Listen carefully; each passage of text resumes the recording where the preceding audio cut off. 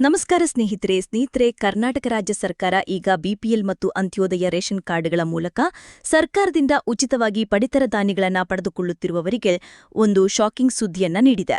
ರಾಜ್ಯ ಸರ್ಕಾರ ಮತ್ತು ಕೇಂದ್ರ ಸರ್ಕಾರದಿಂದ ನೀಡಲಾಗುವ ಉಚಿತ ಪಡಿತರ ಯೋಜನೆಯ ಲಾಭವನ್ನ ಸಾಕಷ್ಟು ಜನರು ದುರುಪಯೋಗವನ್ನ ಮಾಡಿಕೊಳ್ತಿದ್ದಾರೆ.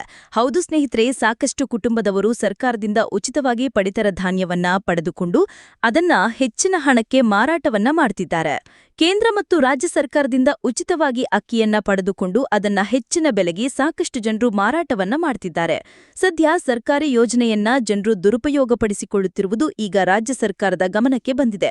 ಸದ್ಯ ಈ ಕುರಿತಂತೆ ಆದೇಶವನ್ನ ಹೊರಡಿಸಿರುವ ರಾಜ್ಯ ಸರ್ಕಾರ, ಯಾವ ಕುಟುಂಬದವರು ಕೇಂದ್ರ ಮತ್ತು ರಾಜ್ಯ ಸರ್ಕಾರದಿಂದ ಸಿಗುವ ಉಚಿತ ಅಕ್ಕಿಯನ್ನ ಮಾರಾಟ ಮಾಡ್ತಾರೋ ಅಂತಹ ಕುಟುಂಬದವರ ಬಿಪಿಎಲ್ ಮತ್ತು ಅಂತ್ಯೋದಯ ರೇಷನ್ ಕಾರ್ಡ್ಗಳನ್ನ ರದ್ದು ಮಾಡಲಾಗುತ್ತೆ ಅಂತ ಆದೇಶವನ್ನ ಹೊರಡಿಸಿದೆ.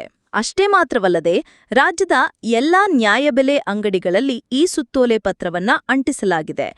ಇನ್ನು ಮುಂದೆ ಬಿಪಿಎಲ್ ಮತ್ತು ಅಂತ್ಯೋದಯ ರೇಷನ್ ಕಾರ್ಡ್ಗಳನ್ನ ಹೊಂದಿರುವವರು ಹಣದ ಆಸೆಗೆ ಪಡಿತರ ಧಾನ್ಯಗಳನ್ನ ಮಾರಾಟ ಮಾಡಿದ್ರೆ ಅವರ ಬಿಪಿಎಲ್ ಮತ್ತು ಅಂತ್ಯೋದಯ ರೇಷನ್ ಕಾರ್ಡ್ಗಳನ್ನ ರದ್ದು ಮಾಡಲಾಗುತ್ತೆ. ಕೇಂದ್ರ ಮತ್ತು ರಾಜ್ಯ ಸರ್ಕಾರ ಒಗ್ಗೂಡಿಕೊಂಡು ಹಸಿದವರಿಗೆ ಅನ್ನ ಸಿಗ್ಬೇಕು ಅನ್ನುವ ಕಾರಣಕ್ಕೆ ಉಚಿತವಾಗಿ ಪಡಿತರ ಧಾನ್ಯಗಳನ್ನ ನೀಡ್ತಾ ಇದೆ. ಆದ್ರೆ ಹೊಟ್ಟೆ ತುಂಬಿದವರು ಆ ಧಾನ್ಯಗಳನ್ನ ಮಾರಾಟ ಮಾಡ್ತಿದ್ದಾರೆ.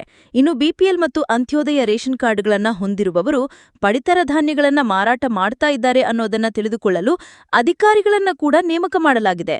ಯಾರು ಉಚಿತವಾಗಿ ಸಿಗುವ ಪಡಿತರ ಧಾನ್ಯಗಳನ್ನ ಮಾರಾಟ ಮಾಡ್ತಾರೋ ಅಂಥವರ ಕಾರ್ಡುಗಳನ್ನ ರದ್ದು ಮಾಡಲು ಈಗ ರಾಜ್ಯ ಸರ್ಕಾರ ಮುಂದಾಗಿದೆ.